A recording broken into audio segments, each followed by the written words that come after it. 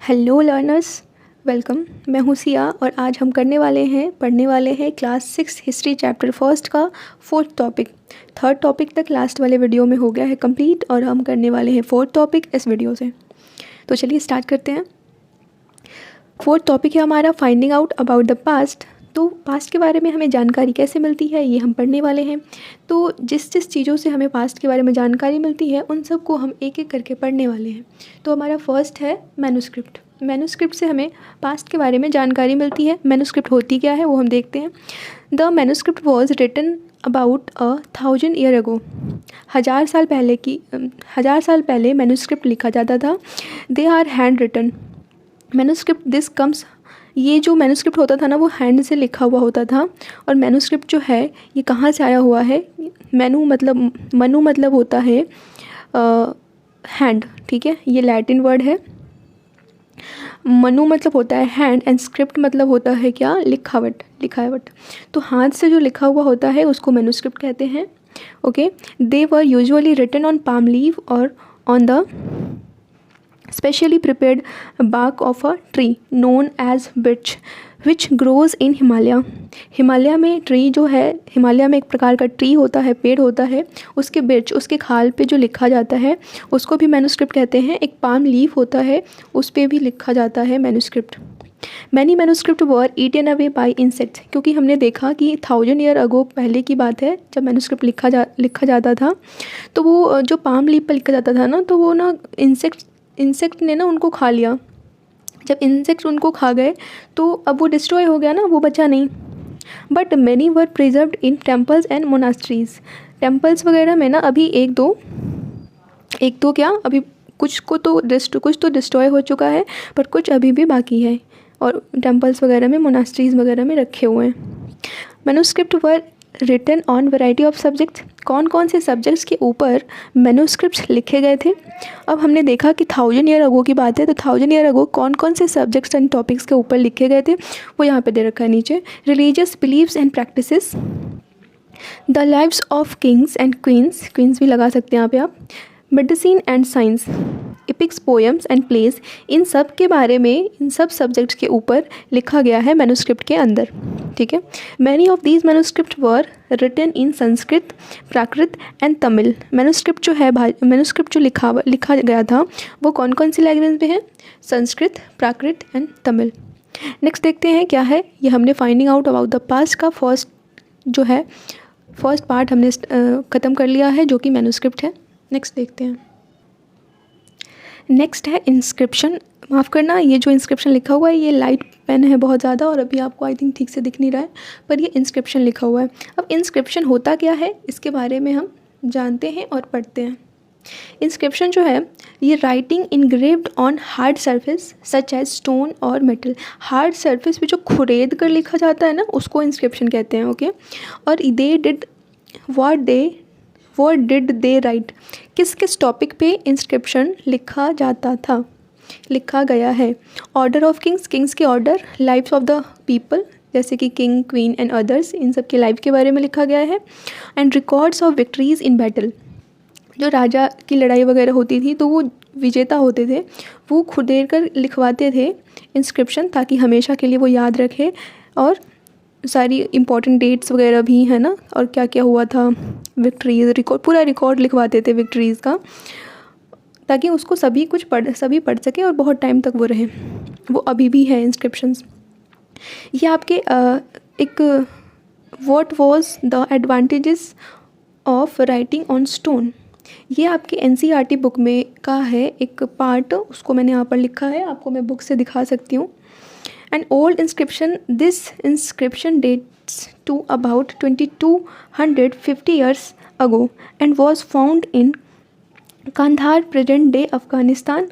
ये कांधार में फाइंड किया गया था, जो was inscribed on the order of a ruler named Ashoka। This inscription was inscribed in 2 different scripts and languages। First में जो ऊपर टॉप में लिखा गया है इंस्क्रिप्शन पहले समझ लीजिए। ये जो है स्टोन के ऊपर लिखा गया है, ऊपर जो है वो ग्रीक भाषा में लिखा गया है एंड नीचे अरामिक भाषा में लिखा गया है, ठीक है। इसको ना मैं आपको दिखा देती हूँ बुक से। ये रही बुक, ये बुक है, ये NCERT की 6th क्लास की बुक है जिससे मैंने आप नोट्स बनाए हैं सुंदर से। तो ये जो है ये इंस्क्रिप्शन है, ये ऊपर जो है ग्रीक भाषा में लिखा गया है और नीचे जो है अरेमिक भाषा में लिखा गया है, और इसी को मैंने अपने नोट्स में कवर किया है। देखिए मैं आपको बता दूं कि अगर आप पढ़ रहे हो यहाँ से तो आपके NCERT बुक पढ़ने की भी आवश्यकता नहीं है। यहाँ पे सब कुछ कवर किया है मैंने, यहाँ पे आपको सब कुछ मिलेगा। ओके, चलिए नेक्स्ट देखते हैं हमने क्या पढ़ लिया। मैन्युस्क्रिप्ट एंड इंस्क्रिप्शन के बारे में पढ़ लिए हैं और आगे पढ़ते हैं other than inscription and manuscript. Manuscript and inscription के अलावा भी बहुत सारी चीज़ें हैं जिससे हम क्या करते हैं, हिस्ट्री के बारे में जानकारी हासिल करते हैं। तो there are many other sources to study history. Remains of buildings, इससे भी हम जानते हैं कि हमारी हिस्ट्री कैसी थी, हिस्ट्री के बारे में जानकारी मिलती है। पेंटिंग्स एंड स्कल्पचर के बारे में बहुत सारी जानकारी मिलती है, इससे हमारे हिस्ट्री के बारे में। Tools, weapons, pots, pans, ornaments and coins, इन सब चीज़ों की आवश्यकता मतलब इन सब चीज़ों की सहायता से भी हमें हिस्ट्री के बारे में जानकारी मिलती है। Those who study these objects are called archaeologist. ये सारी चीज़ें जो यहाँ पे लिखी हुई है, इन चीज़ों की स्टडी जो करते हैं उनको आर्कियोलॉजिस्ट कहते हैं। देखिए 2 वर्ड्स जो है ना आपको बहुत बार देखने को मिलेगा, इसलिए मैंने उसको यहाँ पे लिख लिया है अलग से। देखिए एक है एक्सप्लोरेशन एंड दूसरा है एक्सकेवेशन। एक्सप्लोरेशन का मतलब क्या होता है, तो exploration involve study of over the surface material and scientific way is carried out for understanding of pre history. कहते हैं कि हिस्ट्री के बारे में जानकारी प्राप्त करने में जो हमारे सरफेस के ऊपर मिलती हैं जो सारी चीज़ें, मतलब धरती के ऊपर जो चीज़ें मिलती हैं उसकी खोज होती है, ठीक है। सरफेस मटेरियल धरती के ऊपर, वो उनको हम क्या बोलते हैं, एक्सप्लोरेशन। जो सरफेस के ऊपर मिलती है उसको बोलते हैं एक्सप्लोरेशन। एक्सकेवेशन का मतलब क्या होता है, excavation involve study of the under surface material by digging them. जिन चीज़ों को हमें खोद कर निकालना पड़ता है जो ज़मीन के अंदर है, उस चीज़ की स्टडी को कहते हैं एक्सकेवेशन, या फिर उसको कहते हैं एक्सकेवेशन, ठीक है। Archaeologist also look for bones of animal, birds and fish. Archaeologist का एक और काम है, ये क्या करते हैं, एनिमल्स के बोन्स, बर्ड्स, है ना, फिश के बारे में भी जानकारी हासिल करते हैं इन सब चीज़ों की स्टडी करके। क्यों करते हैं, क्या करते हैं, ये सारी चीज़ों को देख कर क्या करते हैं, to find out what people ate in past. People जो थे या फिर जो एनिमल्स है, बर्ड्स है, क्या खाते थे।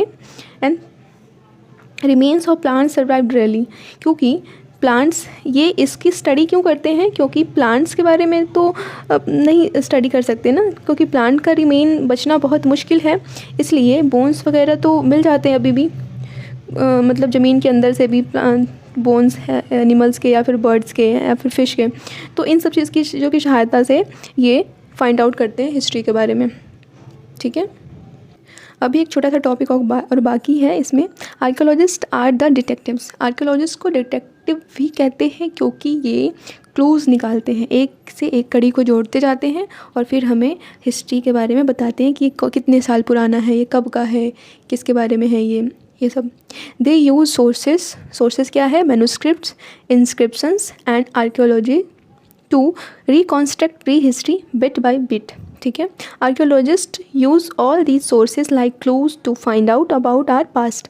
आर्कियोलॉजिस्ट जो है दीज सोर्सेज, ये सारी सोर्सेज की सहायता से क्लू ढूंढते हैं एंड हमारे पास्ट के बारे में हमें जानकारी, एक से एक कड़ी को जोड़ते हैं, क्लूज निकालते हैं, एक दूसरे में रिलेशन बनाते हैं, उसके बाद में हमें study find out about our past के बारे में हमें बताते हैं। तो आज के लिए बस इतना ही, मिलते हैं नए वीडियो में, और इसके बस 2 टॉपिक बाकी है, उसमें कवर हो जाएगा, ठीक है। अगर कोई आपको सजेशन देना है तो दे सकते हैं, मुझे बहुत अच्छा लगेगा। Thank you so much.